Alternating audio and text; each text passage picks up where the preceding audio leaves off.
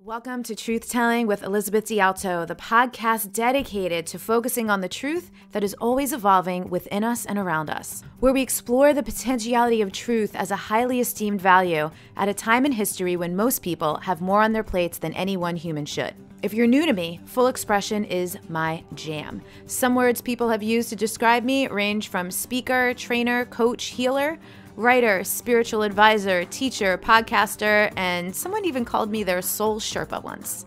I'm less concerned with titles or labels and more interested in results, change, and creating a world we want to, can, and are proud to live in. A kinder, gentler, more curious, collaborative, reverent world where people respect each other's backgrounds, experiences, and truths. They trust in themselves, in life, and recognize that we need each other. And they know how to cultivate healthy relationships to true power, not the very unhealthy kind of power our current culture is predicated upon. Speaking of our culture, there's a lot of noise and ignorance in our current culture, and this show aims to cut through that by exploring the truths of a diverse range of incredible voices. From authors, artists, creatives, and educators to activists, speakers, and those in various scientific and esoteric fields, our guests hail from cultures and countries all over the world. We post a new interview every Monday, and if you want to keep up with the show notes and quotes from our guests, you can follow me on Instagram at Elizabeth D'Alto. You can expect a wide range of topics when you tune into this show. Everything from health, communication, money, success, parenting, desire, sex, love, and spirituality, to making pivots and transitions in life, and topics related to psychology, storytelling, gender and race issues, emotional intelligence, activism, advocacy, and much more. A few disclaimers. No episode of the show is meant for everyone, and every episode is meant for whoever needs it on the right day at the right time. Not all guest views will reflect my own, and that's intentional. We don't learn, grow, heal, or improve by staying in our comfortable bubbles with all of our people who look, think, or live exactly how we do. If you love what you hear and find it useful and inspiring, the best way to show your appreciation is to share the episode, subscribe to the show, and leave us a rating and review wherever you listen in from. Thank you so much for being here with me. Here we go.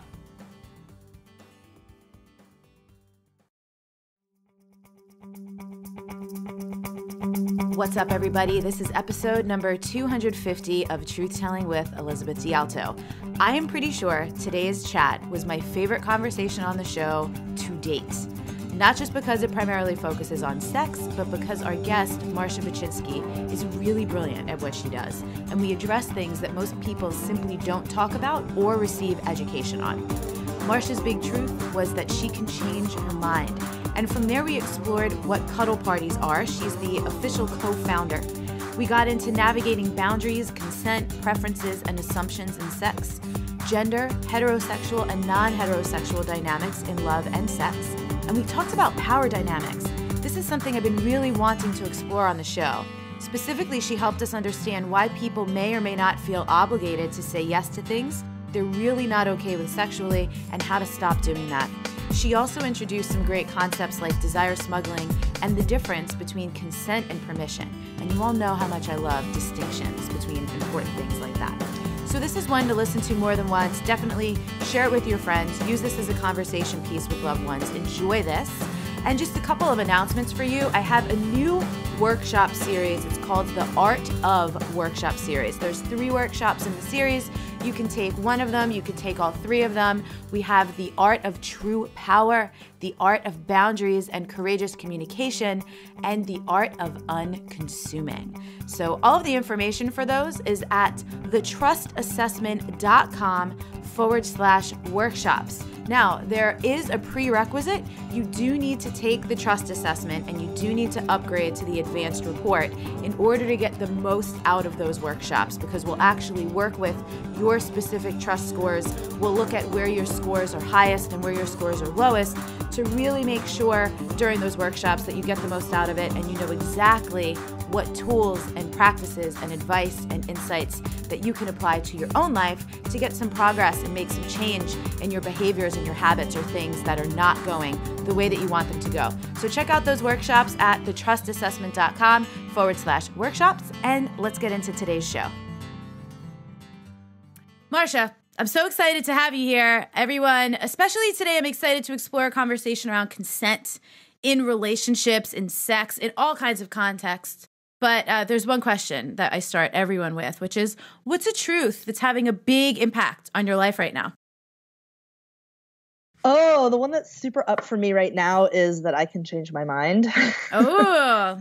That I'm allowed to change my mind. I actually had a class, a 6-week course that was supposed to start on Wednesday. And I had a meltdown last week. And one of the things I teach in that class is not to put yourself in boxes of your own making. And so I actually sent an email to my list and was like, hey guys, we're going to push this back by a week.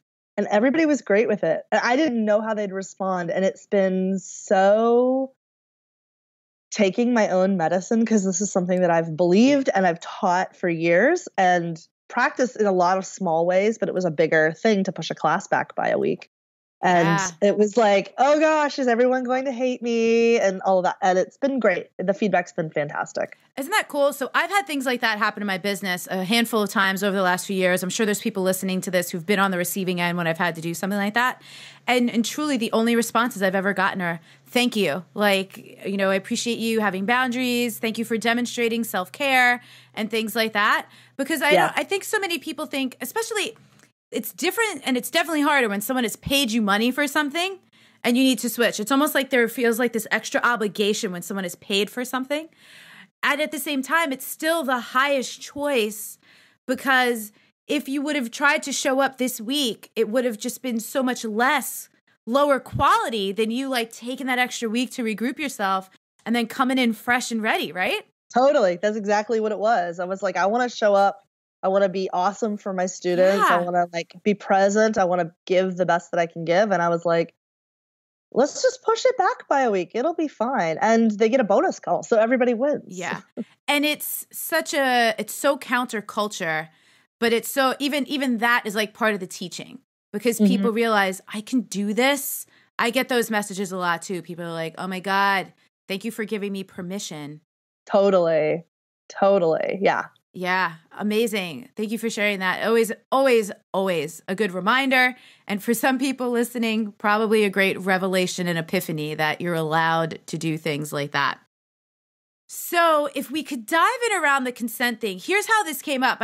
People listening know that I love origin stories. So last year, I had Kendra Kunov on the podcast. We'll put a link to her episode in the show notes. We talked about some great stuff, boundaries. And this was a month or two back now when the story of Aziz Ansari's bad date was spreading all over the internet. If anyone isn't familiar, you know, Aziz Ansari is a comedian. He's actually one of my favorite comedians. Had a date with this woman, and it didn't go well at the end of the night, at the point at which she ended up back at his place. And there was no sexual assault involved. There was a lot of bad communication. There was, you know, it was a bad sex overall, but there was quite a debate around whether or not there was any sexual violation or anything. But the biggest conversation that I was interested in, and I'm not interested in debating that, by the way, but what I am interested in is talking about consent. Because especially in those kinds of intimate situations, when people feel like they have any kind of obligation for any reason, whether it's because someone paid you a compliment all the way up to like someone paid for dinner, you know, across of all of our dating lives, we've probably all found ourselves in situations where we aren't sure what to say, we're feeling obligated. And even yesterday, I was on a lunch date and the guy ordered dessert. He didn't want dessert, but he ordered it because he felt like he had to, because we wanted to keep talking and sit at the table. And for me, that was a red flag. That was like, instant friend zone, because I feel like you should be able to speak up and assert yourself. So I've rambled a bit. So Marcia, you're the pro here. Take us, begin us. Like Consent 101. And I'll say one more thing. Marcia is the co-founder of something called Cuddle Party, which I've been to a cuddle party, and, you know, there's a difference. It's a facilitated experience. And I'll actually let you explain that first. How about we do that? But I really appreciated it. I got so much out of going to it. I cleared so much judgment I had around things like that. But when I went to the facilitated experience, not to be confused with all these like miscellaneous non-consensual cuddle puddles that I also have encountered, where I was like, this is my nightmare. So let's go. So I just, too. Yeah, I just said a lot of things. Let's start with, why don't you tell people what Cuddle Party is? Okay. So Cuddle Party is a workshop and social event that I co-founded in 2004 that's centered around communication, consensual and welcome touch, affection, boundaries, asking for what you want, saying yes, saying no. Yeah. But these are the things that are my jam. So good. And the way that it works is a bunch of folks show up, usually at somebody's living room or yoga studio, dance studio, someplace with, nice big open space with fluff on the floor. And there's about an hour-ish, what we call a welcome circle, which is really the icebreakers. And you go over the rules, and the rules are like, obviously nobody gets naked. People have to ask before they can touch. You get to say yes, you get to say no. And of course, what I referenced at the beginning of this call, you get to change your mind. Mm-hmm. Just because you say yes to something doesn't mean you have to wait until the other person is done. You have bodily autonomy. And so it's this really safe environment for people to deconstruct a lot of assumptions they have about touch. Yes. We need touch separate from sex, and a lot of certainly North American culture, and other places as well, Great Britain as well. But like the North American culture is very touch phobic because we make a lot of assumptions that it has to do with sex. And then also we're very weird about talking about sex. And so we created this event basically with this idea that people would have an opportunity to learn what their boundaries actually are in a lower stakes environment, get to actually speak up about what and ask for things that they want. And what I found is that, a lot of women in particular, but I think men as well, like never learn to actually have to use their words because it's all assumptions and it's all like guesswork and hoping for the best. And that's really true. Hoping for the best. Do a thing and hope for the best. And I'm a sex educator. I started out as a sex educator, and I still teach a lot of sexual communication. My website's askingforwhatyouwant.com because I'm so big about people having that chance to do that. And the thing that I'm really passionate about is this process of how do you notice that you want something, either want something spontaneously or want something in response to an offer. How do you notice what's your desire? How do you talk about it and say it, or indicate it if you want to do it in more nonverbal ways? And then how do you create space for your partner to say yes or no? And then how do you also say yes or no yourself when you get offers? So it's boundaries, asking, like noticing, asking, and boundaries, right? And then how do you basically create a culture within your relationship or relationships, because it can include friendships as well, of basically consent. And this is where we get into that topic, which I'm deeply passionate about and have been talking about for years before it was the fad and the cool thing, which is really about, there's a lot of misunderstandings about what consent is. Mm. And the reason I think there's a lot of misunderstandings is that we still have not truly unpacked the assumptions about sex, especially inside of straight dynamics, like heterosexual dynamics.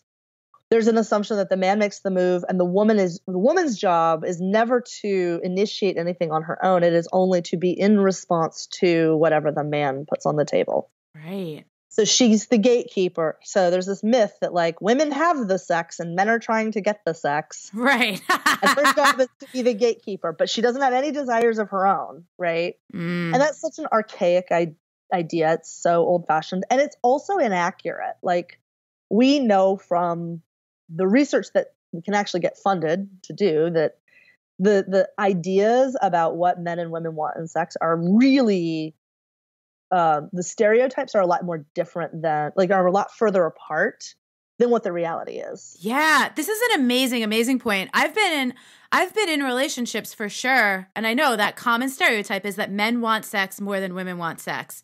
I have been in long-term relationships where that was not the case. I was the one. And the amount of shame, this was many years ago. That was such a hard relationship for me because I constantly felt rejected because I didn't have the language. I didn't have the communication skills. And I tried to bring it up a couple times, but it was there's so much sensitivity around that. My partner at the time was like offended, hurt, didn't want to talk about it. And I came to later learn that there was like a pornography issue. And so that could have been factoring in, but I didn't know if it was factoring in.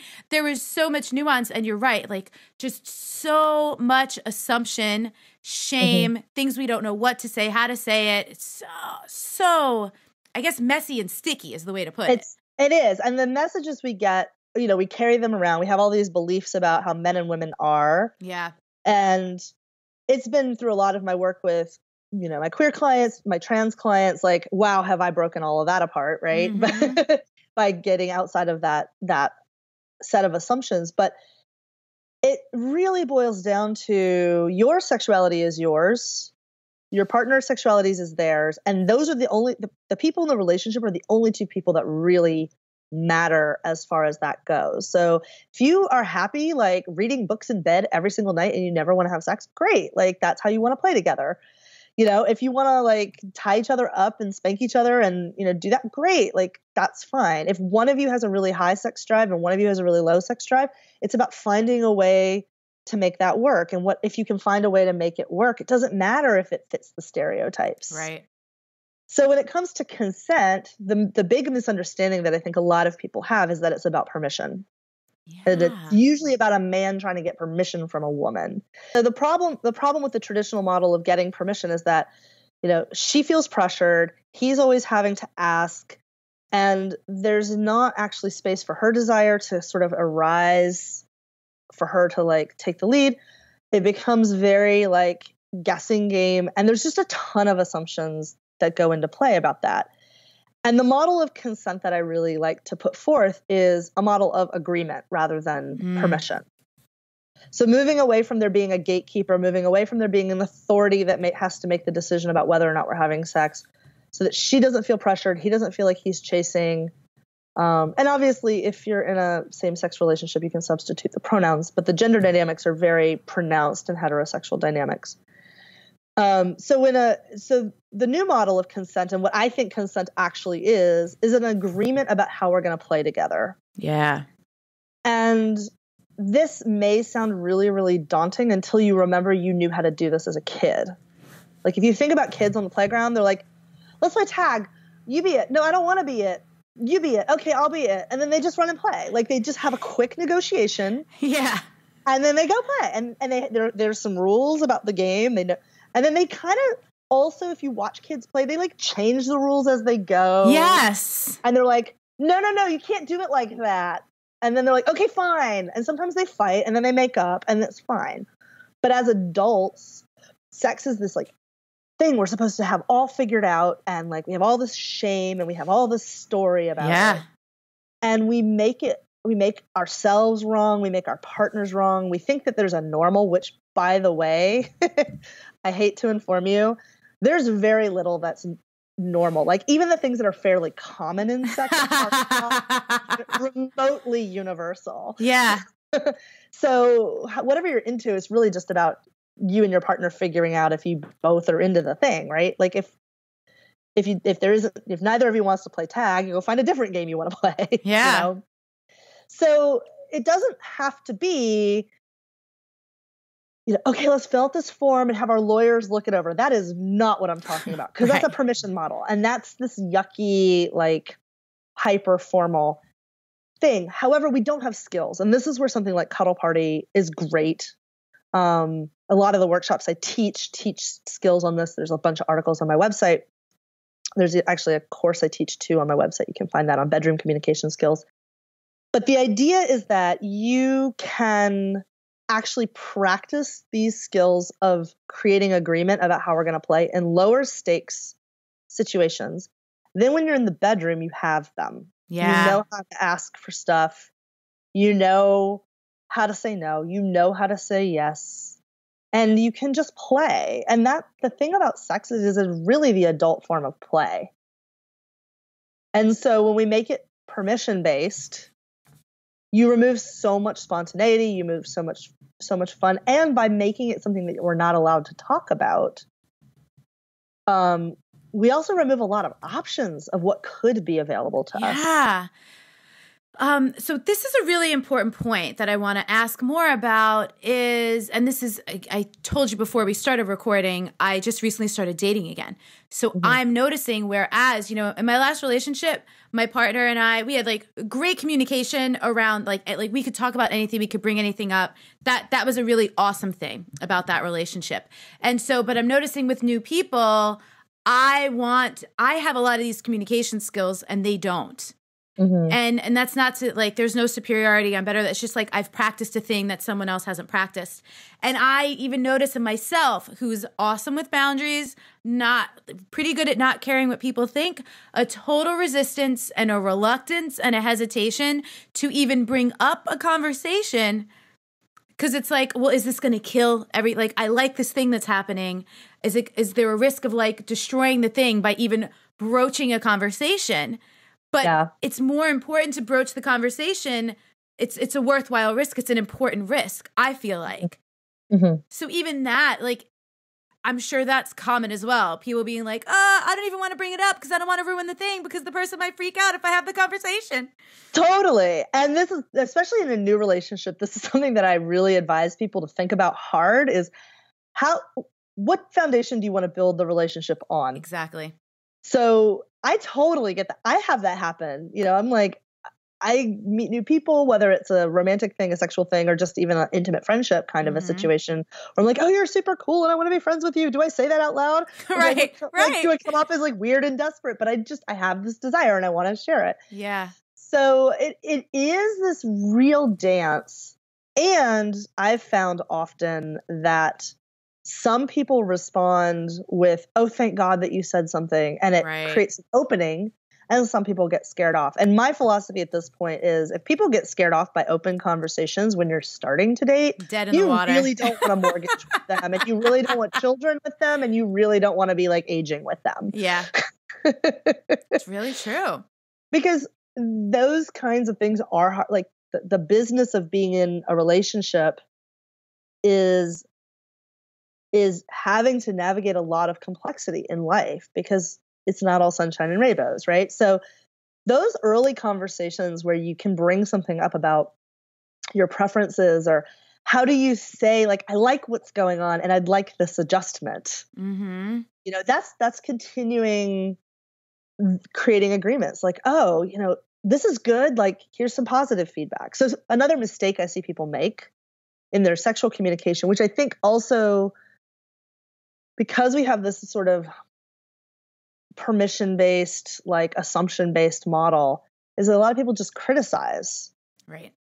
They're like, oh, I don't like that, or I want something different. And I think it's really important to say what you do like and I'm really enjoying this conversation. Can we change venues?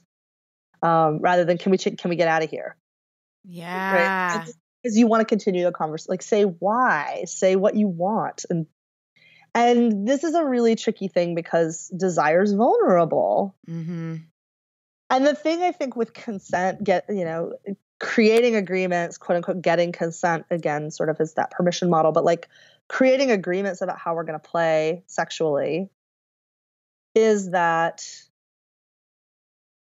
if we speak up about what we want, it's vulnerable. And so especially with someone new, you go over to somebody's apartment at the end of the night and then it's sort of like, what's going to happen? And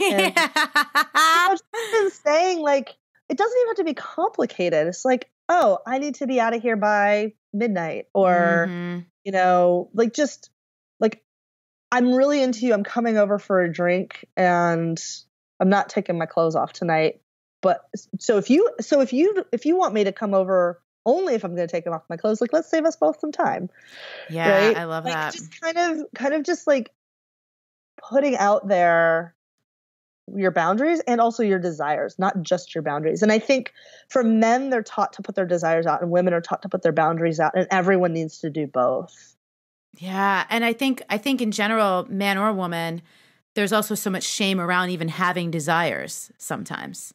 Absolutely. Absolutely. I do an exercise in one of my workshops where I go, all right, what gets in the way of you asking for what you want? And we like generate this huge list, and then I pull out another piece of paper. I'm like, what do you do instead of asking for what you want? Yeah. Anything from like the most innocuous, like indirect stuff to like outright violent and abusive behavior. Mm-hmm. And we will do anything. And I kind of call that whole umbrella desire smuggling. Oh, cool. I like that.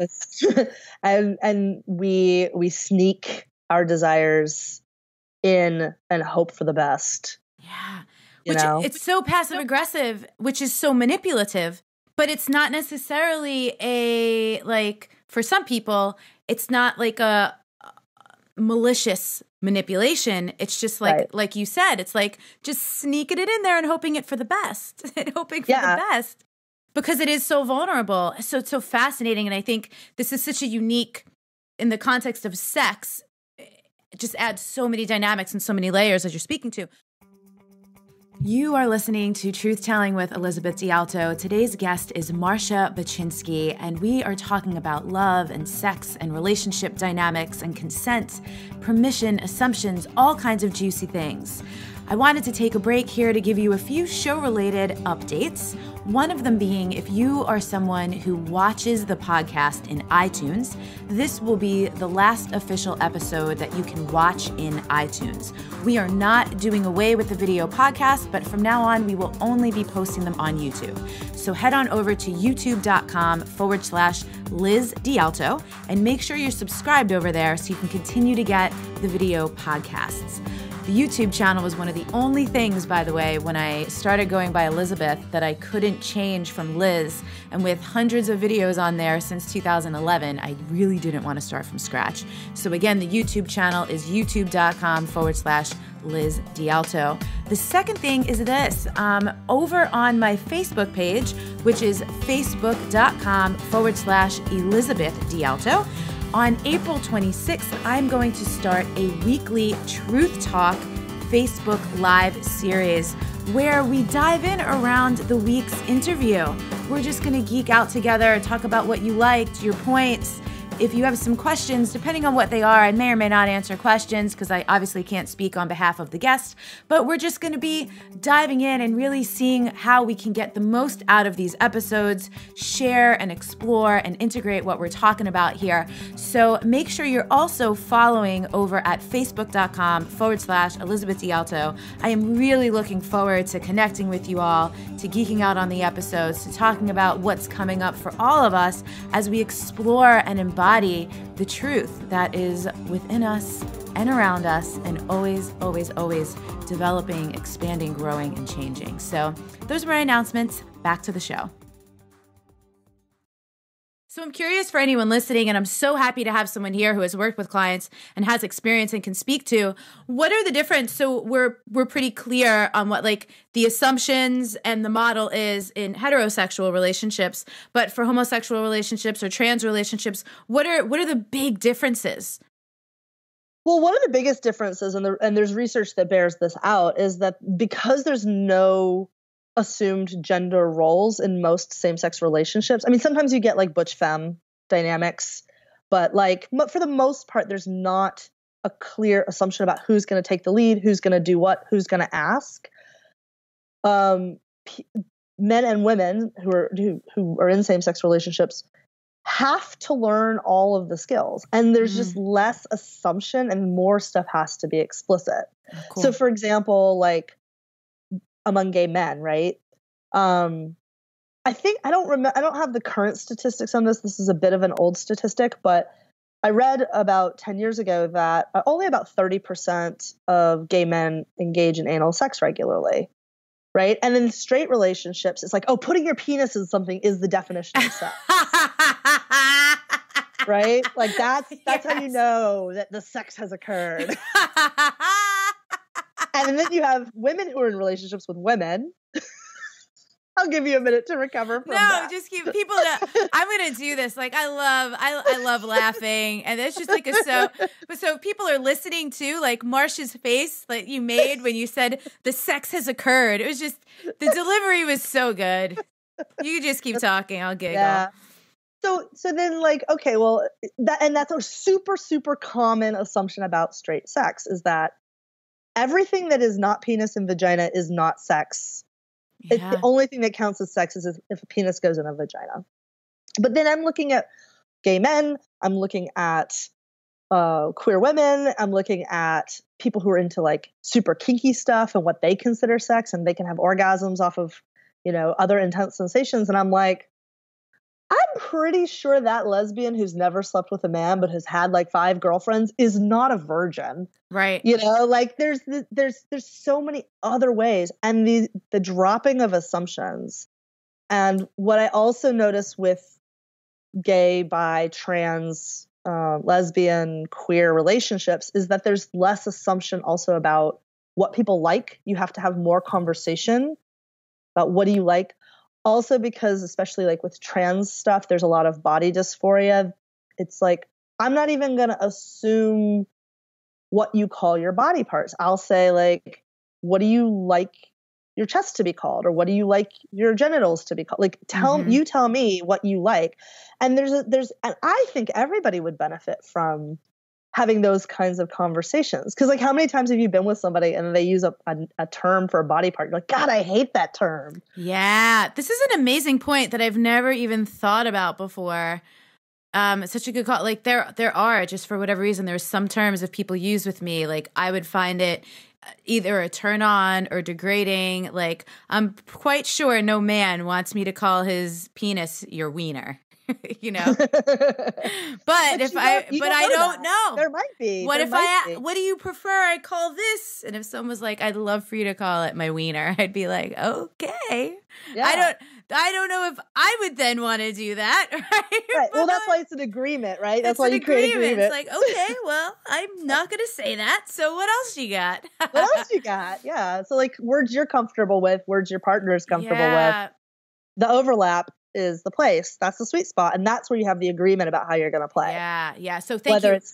Yeah. That distinction. So people were hearing the term agreement, like that is what agreement means, right? Versus permission. It's like there's overlap. There's my preferences, your preferences, where they overlap. That's where agreement lives. Yeah. Right. Yeah. So cool. What the preference thing is important because a lot of people, I think it's stronger with women, but I do think men have this too. They go into sex and they're like, whatever my partner wants, I just want to make them happy. And we kind of tolerate and endure and go along with things that are not our preference. Mm-hmm. And that's where we get into permission giving instead of agreement building. And I love this distinction so much. Keep going. And I want to also highlight, like, permission is not necessarily a bad thing. It can also be a really sexy thing, right? Like, right. But it's more fun when it's play pretend rather than that's the default assumption.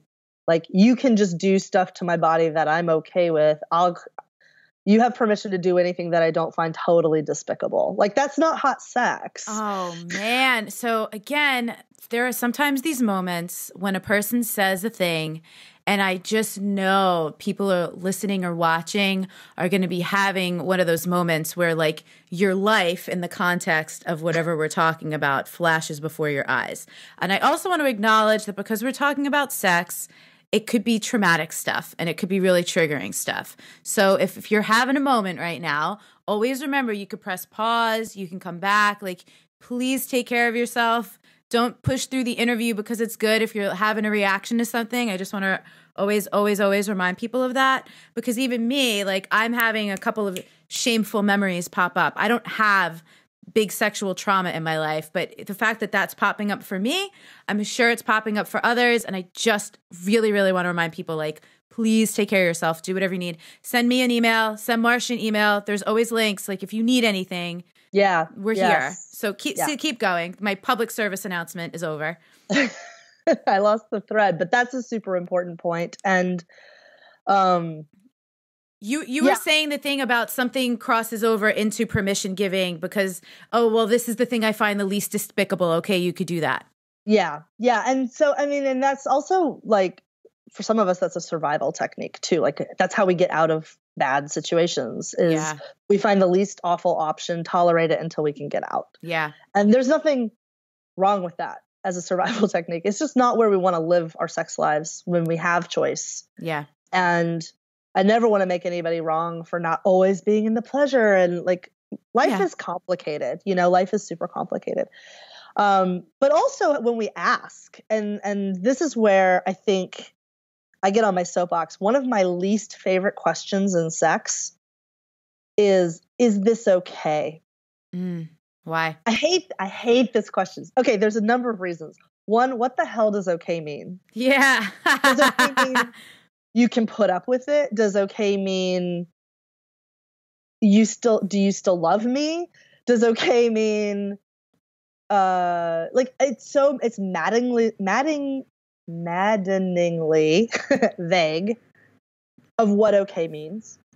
Like is this like just not despicable? Like Right. That's kind of, like sometimes that's what it comes across as. Can you tolerate this? Yeah. Can you endure this? Can you go along with this while I do the thing that I want? So that's sometimes what it means.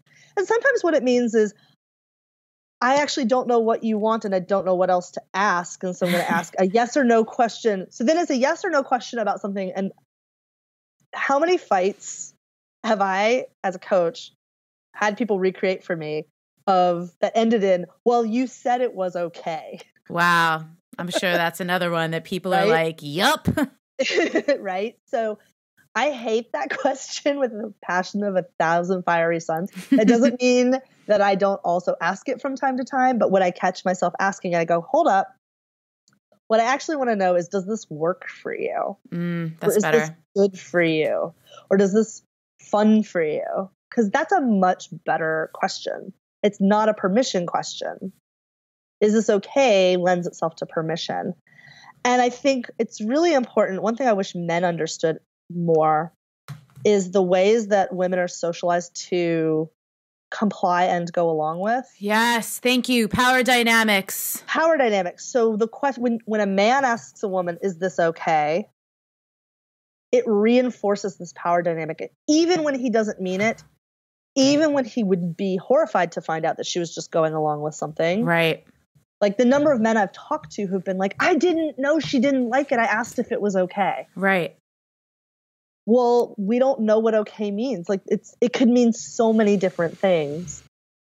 And I also want to say that all of us, regardless of our circumstances growing up, regardless of our gender socialization, have had things done to our bodies that we didn't like and didn't want from the time before we could speak. We all got our diapers changed when we didn't want it. We all had to eat food when we didn't want it. We all had to go to bed when we didn't want it. And so before we can speak, we all learn compliance on a somatic level. Wow. And so when it comes to sex, which is a somatic thing, and I hope this is not too heady. No, it's great. When it comes to sex, the reason I hate is this okay is, yeah, I can tolerate it, is the response a lot of us have, because we have all learned to tolerate things happening to our bodies that we don't like or don't want or don't prefer. So the better question to ask is, if you have to ask a yes or no question, instead of asking, is this okay, ask, is this good? Is this working for you? Are you enjoying this? Those are 3 great yes or no questions. Yeah, I like, are you enjoying this? I appreciate this thread so much. Power dynamics is something I'm super interested in. And again, all of the Harvey Weinstein stuff, the Aziz thing, and, there's many, many other pockets. There's probably many more stories that have come out that I haven't even heard about. People having their own experiences at their own work environments or, whatever, in their own dating experiences.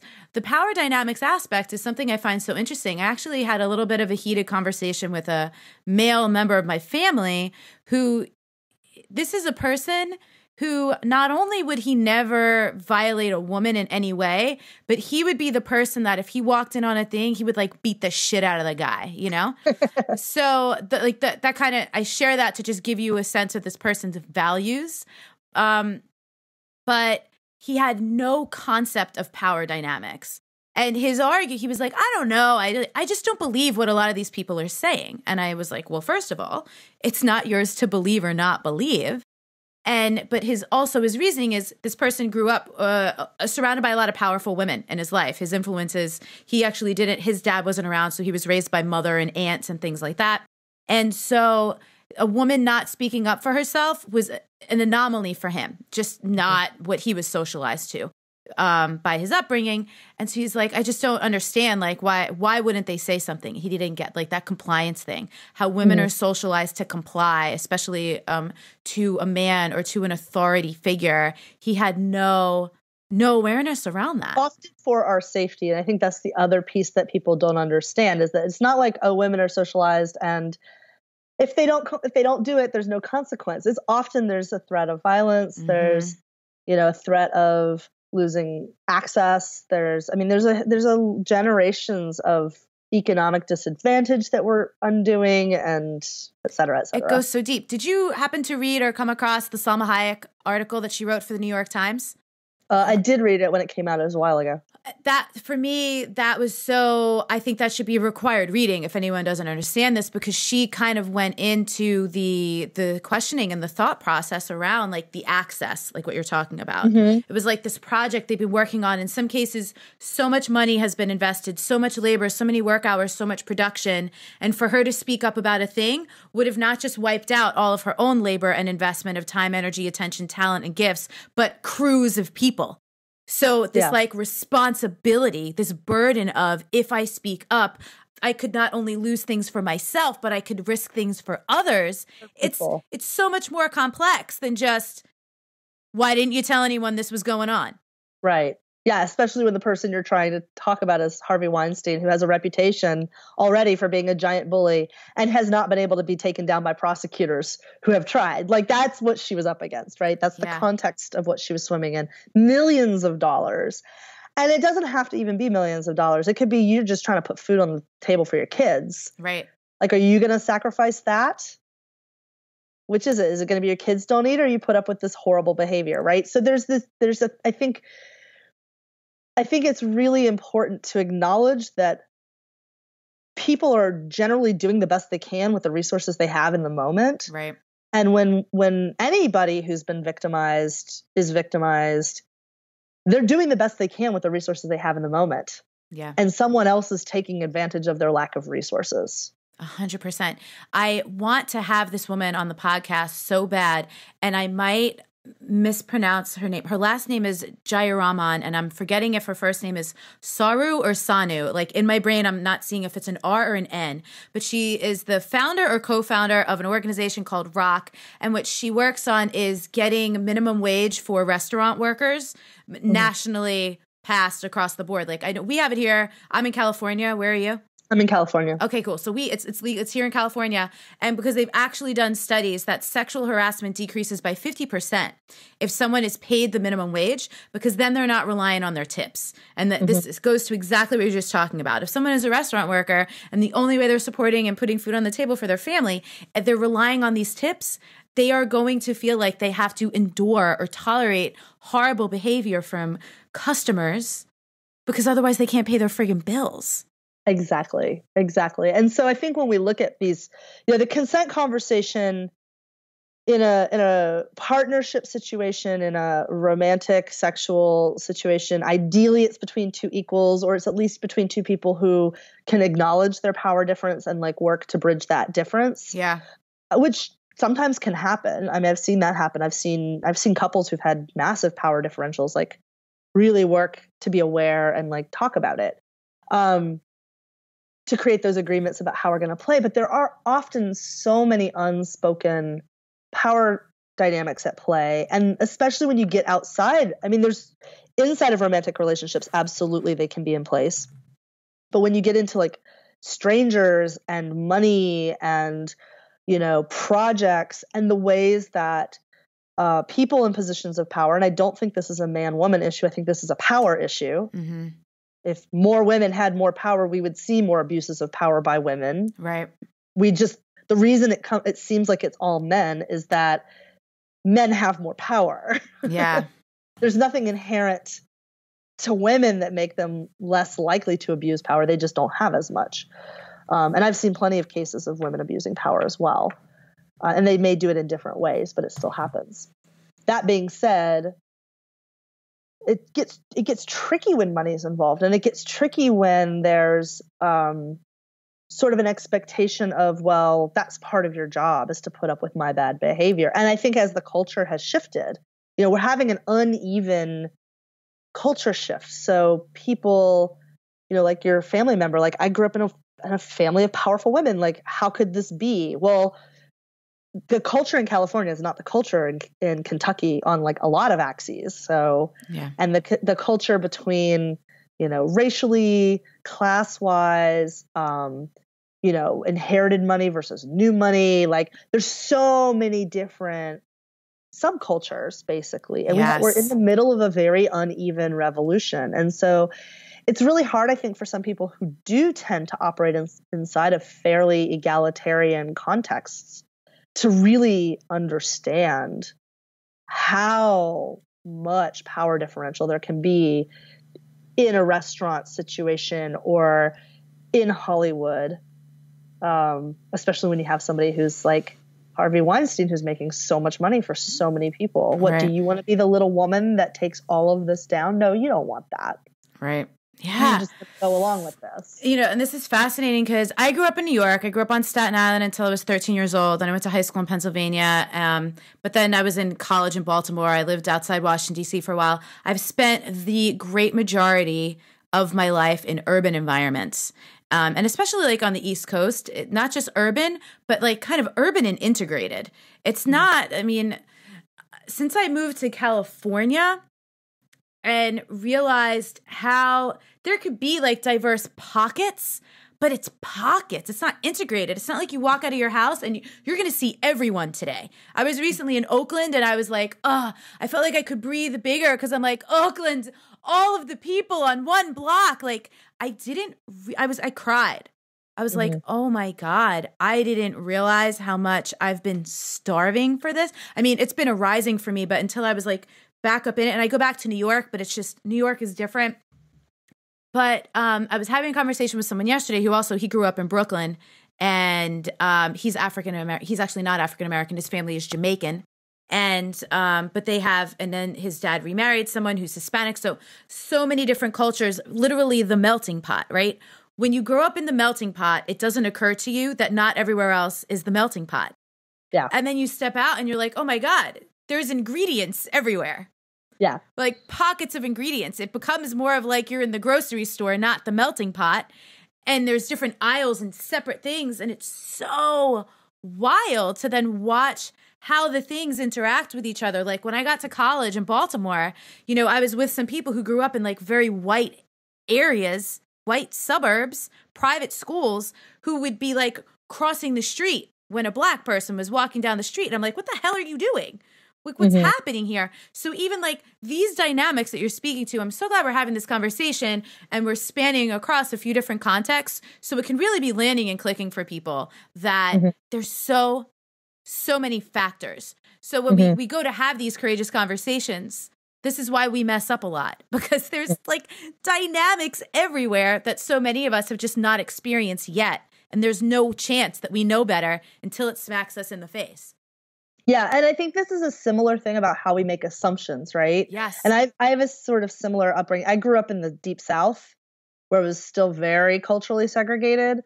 And it was I grew up in a city that was 49% white and 49% black. And I didn't go to school with a black person until I was in high school. Wow. And that's messed up in my opinion. But that was what that's what I grew up around. And then I went to college, and then I moved to New York City, and I had the similar experience of, first of all, I felt relief because it felt saner to my sort of very eclectic reading, cultural consumption mind of like, I just want to be with all of the people. Yeah. And then to California, and I was like, wow, California is more segregated than I would have assumed as a Southerner who gets the reputation of segregation. Yes. But it's actually pretty segregated out here. And the point I'm trying to make is about assumptions, right? And how, like, in each of the places I've lived, there's been a different set of unspoken social rules and unspoken power dynamics of who's on top and who's on bottom. And when you live in those places long enough, you figure them out. But when you're new to a place, you don't know what they are. And it's really easy to do something that is like, quote unquote, not cool, or breaks the contract. And it may be that you're breaking the contract in a more progressive way, or it may be that you're breaking the contract in a more regressive way, but there's an unspoken thing. And this goes back to, we make assumptions about how people are supposed to be with each other. Yeah. And that includes about power.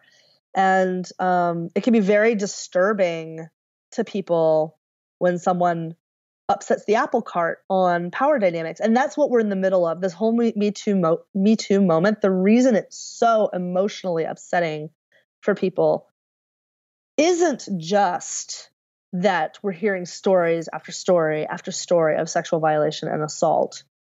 It's that each and every time those stories get told, those of us who've experienced sexual assault get to reevaluate our own reactions, our own internalized misogyny, the ways we didn't believe ourselves, the way other people didn't believe us.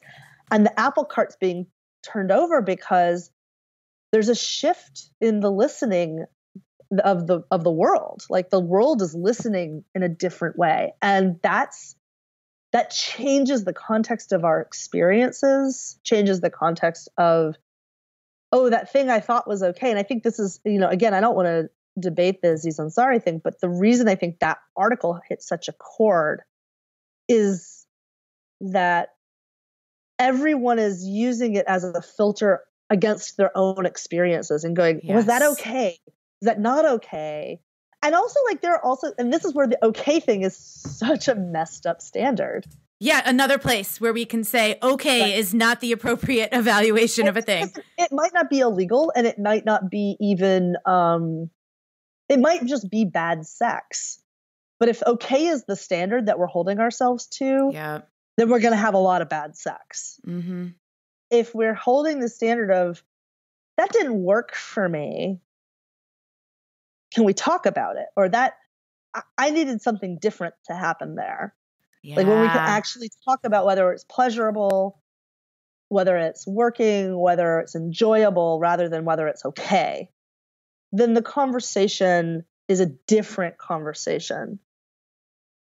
And that's why I'm so passionate about this consent as agreement, because whether or not something's working for people, it creates an opportunity to actually address power dynamics. It creates an opportunity to address assumptions. If we're looking at permission and okay, then we don't have that, because it's a one yes or no question. Do I have permission? Is this okay? Yeah.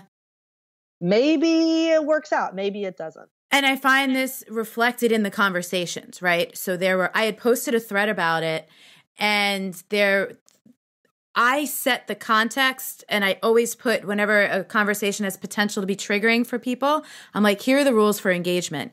Your opinion is welcome. I do not need you to agree with me. I don't need to agree with you. I need you to be kind to each other in the comments. That's it.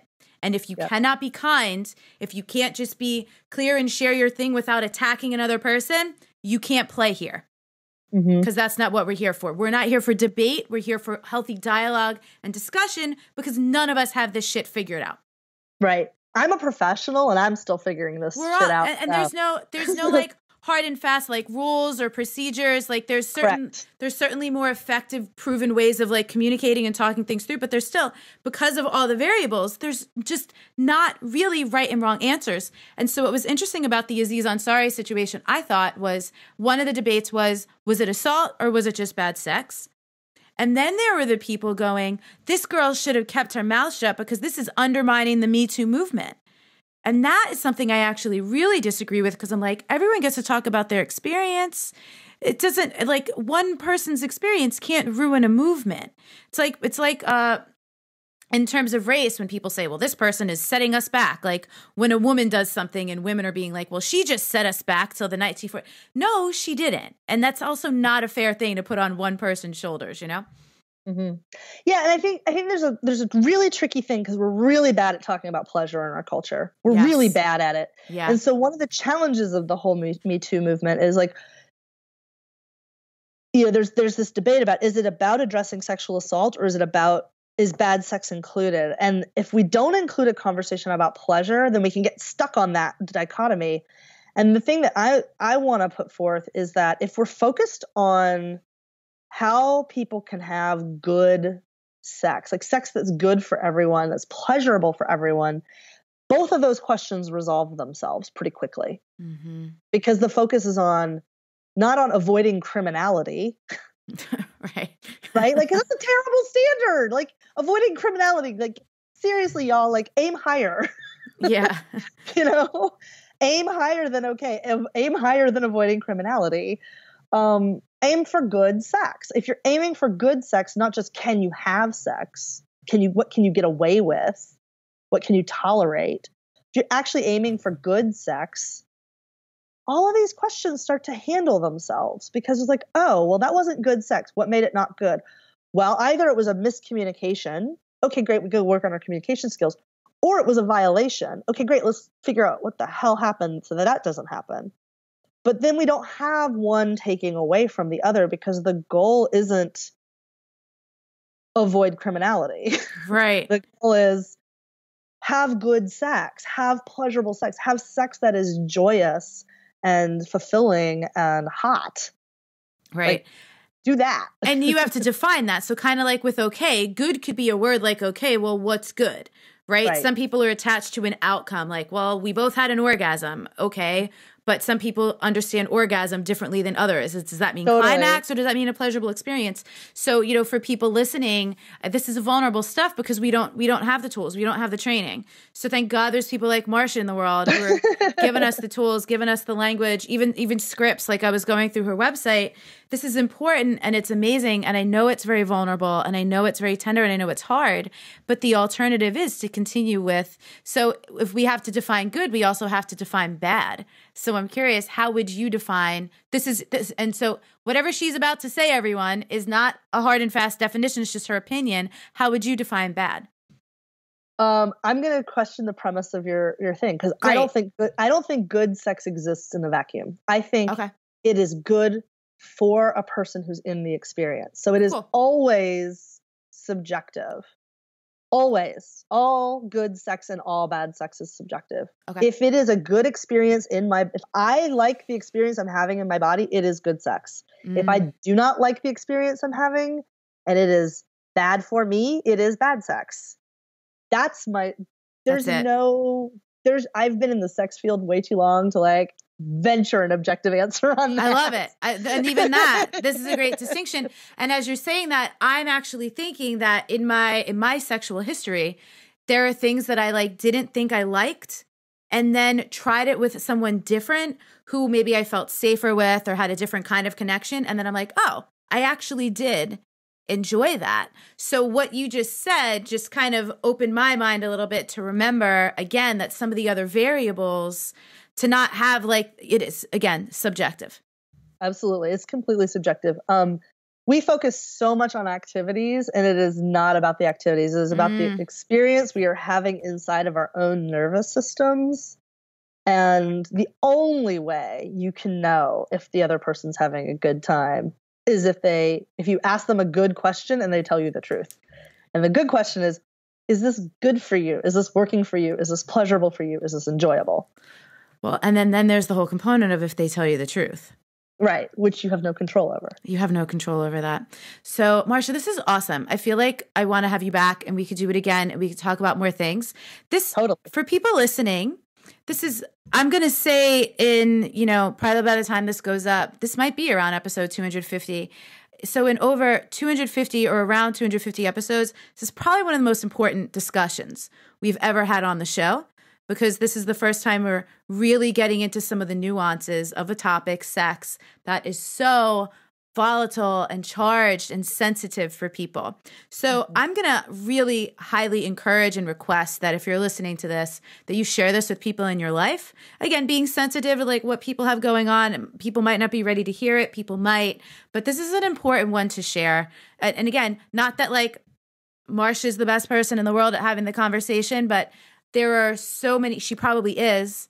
And there's so many, I don't know about that. And there's so many points that people at least need to be brought into awareness, having conversations about, and we need to be making these conversations okay, so that to come to something that you just said not that long ago in the conversation, that the baseline isn't avoiding criminality.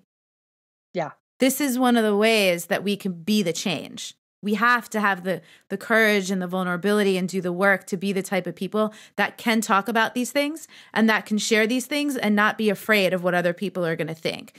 It's because conversations like this don't happen often enough that so much of the crime and the violence continues to occur. So again, was this the best conversation ever had on the subject? No. But is it a valuable one? For sure. So please share. Check out Marcia. Give us your website. We're going to put in the show notes anyway. Askingforwhatyouwant.com. And if you want to check out Cuddle Party, it's cuddleparty.com. Cuddleparty.com. And again, Marcia has courses. She teaches these things to people. Practice. I can say with a little bit of experience in this realm under my belt, practice is super important because it's easy to intellectualize this stuff. But then when you're in the heat of a moment, it's different. And even me, y'all know, I'm good at courageous conversations. I'm good at boundaries. As I've been venturing into dating, I'm noticing it's hard for even me to speak up in some of these situations. So don't judge yourself. Just practice. Totally. And I will double down on that. I teach this stuff. I've been teaching this stuff for 13, 14 years now.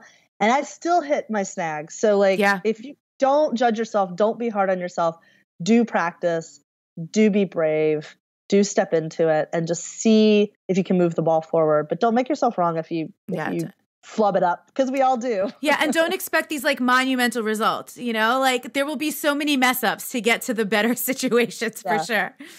But It's worth it because it's better. It's better. It's definitely better in so many ways of the word better. So really, Marcia, appreciate this so much. We'll definitely have you back. Thank you. Everyone listening, Thank you. I loved this. We'll see you later. Bye. For the longest time, I wasn't comfortable. So when I'm with the analyst people, I just talk about analysts, analyzing data and all that. When I'm with the creative people, I talk about creative. I never mentioned the other part of me until the play happened, because then my coworkers came and watched the play. And were they what the hell? Yeah. They're always they're like, wait, you're an analyst and what the heck? How did you? Yeah. And then my actors and the people who were helping me with the play knew I had a full-time job that has nothing to do with the play. So yeah, that's when I was like, you know what? I'm done trying to hide. I'm interested in all of that, and I'm doing all of that, and I'm okay with it, and it's okay in my standards, and whatever. Leave me alone. I appreciate that a lot. And when you say leave me alone, did anyone actually bug you about it, or were you in your head thinking that they would?